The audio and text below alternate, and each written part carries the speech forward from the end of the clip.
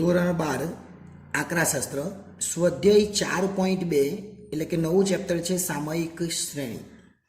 ખૂબ જ અગત્યના દાખલાઓ છે. આપણે જે ચેપ્ટર નંબર 2 અને 3 શીખ્યા એ પ્રમાણે જ છે, પણ એ થોડું આવડતું હોય તો આમાં મુશ્કેલી નહીં થાય. બરાબર? એટલે શરૂઆત કરીએ દાખલા નંબર 1 થી. વાંચવાની કંઈ જરૂર નથી, રકમ x ને y જ આપેલું એટલું યાદ રાખવાનું. પણ અહીંયા વર્ષ આપેલા છે એટલે અહીંયા x ની જગ્યાએ આપણે ખાલી t લખવો પડે, બીજું કંઈ કરવાનું નથી. એટલે હું વર્ષ આપેલા તે લખી દઉં. પહેલાં વર્ષ છે એ વર્ષ લખવાના. બાજુમાં મૃત્યુદર છે એ મૃત્યુદરને કહેવાય y, એટલે કે y આપેલો છે આપણને. તો અહીં લખું 2009, પછી 2009 થી લઈને 2015 સુધી 10, 11, 12, 13 આવી ગઈ છે આપણી એપ્લિકેશન SS એજ્યુકેશન. આ એપ્લિકેશન ઇન્સ્ટોલ કરો. હવે થશે એકાઉન્ટ અને સ્ટેટનો દર દૂર. મળશે સંપૂર્ણ પાયાથી શિક્ષણ. બધા જ પ્રશ્નો, બધા જ સ્વાધ્યાય અને બોર્ડમાં પૂછાયેલા દાખલાનો સમાવેશ. વધુ માહિતી માટે SS એજ્યુકેશન એપ્લિકેશનને વિઝિટ કરી શકો છો. 14 અને 15 અને y તો આપેલો જ છે આપણને, તો y આપેલો તે લખી કાઢીએ. અહીંયા 7.6, 6.9, 7.1, 7.3, 7.2, 6.9 અને 6.9. બહુ ઇઝી રીત છે. ફક્ત એક જ પેલી XY વાળી રીતે ને એ જ ધ્યાન રાખવાની. હવે આપણે શું કરવાનું, જો આપણને માર્ચ 22માં દાખલો પૂછાયેલો છે, કરવાનું એકદમ ઇઝી છે. ફક્ત જેટલા વર્ષ છે ને એટલામાં ટી લખી દેવાનું. એ ટી લખીએ અહીંયા. શું કે પહેલું વર્ષ તેને 1, બીજા વર્ષને 2, પછી 3, 4, 5, 6 અને 7. જ્યાં પેલામાં x આવતો અહીંયા ટી આવી ગયો. હવે આ બંનેનો ગુણાકાર કરી દેવાનો, એને ty કહેવાય. શું કહેવાય? ty અથવા yt એવું લખે તો પણ ચાલે. એટલે બંનેનો ગુણાકાર એટલે ty. ચલો બંનેનો ગુણાકાર કરી દે. બંનેનો ગુણાકાર પહેલા કરીએ એટલે 7.6 નો એક સાથે ગુણાકાર કરીએ એટલે કેટલા થાય? 7.6 થાય. 6.9 નો બે સાથે ગુણાકાર કરવાનો એટલે 13.8 થાય. 7.1 નો 3 સાથે ગુણાકાર એટલે 21.3 થાય. ત્યાર પછી 7.3 નો ગુણાકાર પાછો કરવાનો કોની સાથે? 4 સાથે, એટલે કેટલા આવે? 29.2. 7.2 નો ગુણાકાર 5 સાથે, 7.2 7 35 ને 10 એટલે 36 આવે. 0. 6.9 નો ગુણાકાર કરવાનો 6 સાથે એટલે 41.4 અને 6.9 નો ગુણાકાર 7 સાથે કરવાનો એટલે 48.3. હવે કોઈ એવું કરે કે પહેલા ટી લખે ને પછી y લખે તો બી કંઈ ચિંતા નહીં કરવાની. દાખલાનો જવાબ તો એ જ આવવાનો છે, એટલે એ ટેન્શન લેવાનું નહીં. બરાબર? આટલું થઈ જાય પછી આપણે શું કરવાનું? પછી આપણે લખવાનું ટીનો વર્ગ, કેમ કે આપણે એક્સનો વર્ગ લખતા ને, એટલે આ એક્સ જ સમજવાનો આપણે. એટલે પહેલાં તમે આ લખે તો પણ ચાલે, ટી કરીને લખી દે તો પણ ચાલે. ઓકે, ચાલો. ટીનો વર્ગ 1, 2 નો વર્ગ 4, 3 નો વર્ગ 9, 4 નો વર્ગ 16, 5 નો વર્ગ 25, 6 નો વર્ગ 36 અને 7 નો વર્ગ 49. દાખલો પૂરો થઈ ગયો. એવું જ સમજવાનો. હવે n બરાબર કેટલા? તો 1, 2, 3, 4, 5, 6 અને 7. એટલે n બરાબર 7 આપેલા છે આપણને. હવે આપણે શું કરવાનું? તો આપણે પહેલા 12 શોધવો પડે. અહીંયા t એટલે આને કહેવાય સિગ્મા t અને આ y એટલે આને કહેવાય સિગ્મા y. એટલે બંનેનો y બાર અને t બાર મળી જવાનો. તો આનો સરવાળો કરીએ આપણે, એ કેટલો થાય? તો સરવાળો કરીએ તો 28 થાય. અને આ જે છે એનો સરવાળો કરીએ તો કેટલો થાય? તો એનો સરવાળો કરીએ તો 49.9 થાય. એટલે આપણે પહેલાં શું શોધવાનું? ટી બાર એટલે સિગ્મા ટી ના છેદમાં n, અને પછી શોધવાનું y બાર એટલે સિગ્મા y ના છેદમાં n. સેમ જ ત્રીજું જ ચેપ્ટર સમજજો. ત્રીજા ચેપ્ટરમાં જ્યાં x લખતા હતા ફક્ત ટી છે, બાકી જે બધું છે એને એઝ ઇટ ઇઝ છે. 28 છે અને છેદમાં 7 n બરાબર, એટલે ટી બાર બરાબર કેટલા આવે? 4.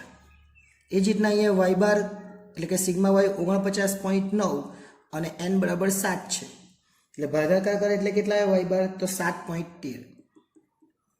એટલે ટી બાર અને y બાર એટલે કે x બાર ને y બાર મળી ગયો. આપણે ત્રીજા ચેપ્ટરની વાત કરીએ તો આટલું થઈ જાય. પછી આ સરવાળો કોનો હજુ બાકી ને, તો આનો સરવાળો કરી દે. એનો સરવાળો થાય 197.6 અને આનો સરવાળો કરી દે એને સિગ્મા ટી સ્ક્વેર કહેવાય, એ 140.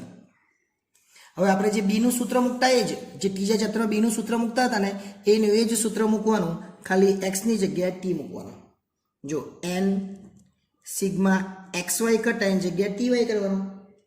પછી પહેલા કૌંસમાં સિગ્મા એક્સ લખતા એની જગ્યાએ ટી, બીજામાં તો સિગ્મા વાય લખતા જ, અને નીચે આખું જ પદ એક્સનું લખતા એની જગ્યાએ ટીનું લખવાનું.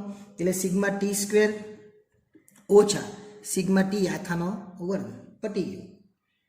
અને આની આગળ એન લખવાનું જે આપણે લખતા હતા. ચલો હવે એન કેટલા? તો 7. સિગ્મા ટી વાય કેટલો આવેલો? તો અહીંયા 197.6 આવેલા, એટલે અહીંયા લખવાનું 197.6. સિગ્મા ટી કેટલા? તો સિગ્મા ટી 28 અને સિગ્મા વાય 49.9, એટલે અહીંયા લખવાના 28 અને લખવાના 49.9. છેદમાં એન તો 7 છે જ, ટી સ્ક્વેર એટલે છેલ્લો જે જવાબ આવેલો 140 એ લખી દેવાનો અહીંયા 140, અને ટી સ્ક્વેર ટી આવેલો છે 28નો વર્ગ. બધું જ આપણે જે ચેપ્ટર હતું એના જેવું છે ત્રીજું.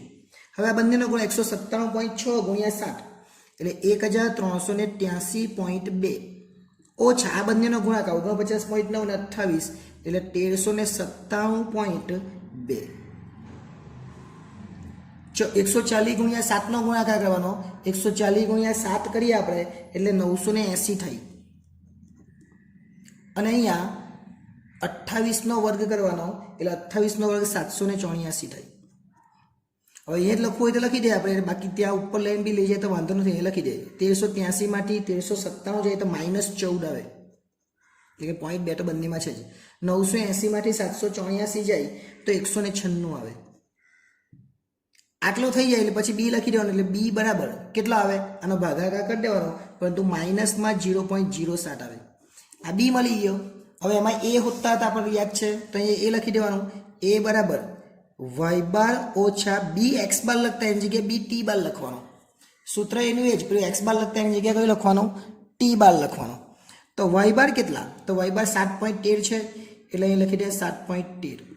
બી આપણી પાસે છે જ, બી પર આપણને આપેલો છે કેટલો બી? તો બી આપણે -0.07 સુધી લાવ્યું, -0.07, એટલે પહેલાં આ માઇનસ તો રહેવાનું, પછી કાઉન્સમાં -0.07. ટી બાર કેટલા? તો ટી બાર અહીંયા હતા શોધેલા આપણે 4.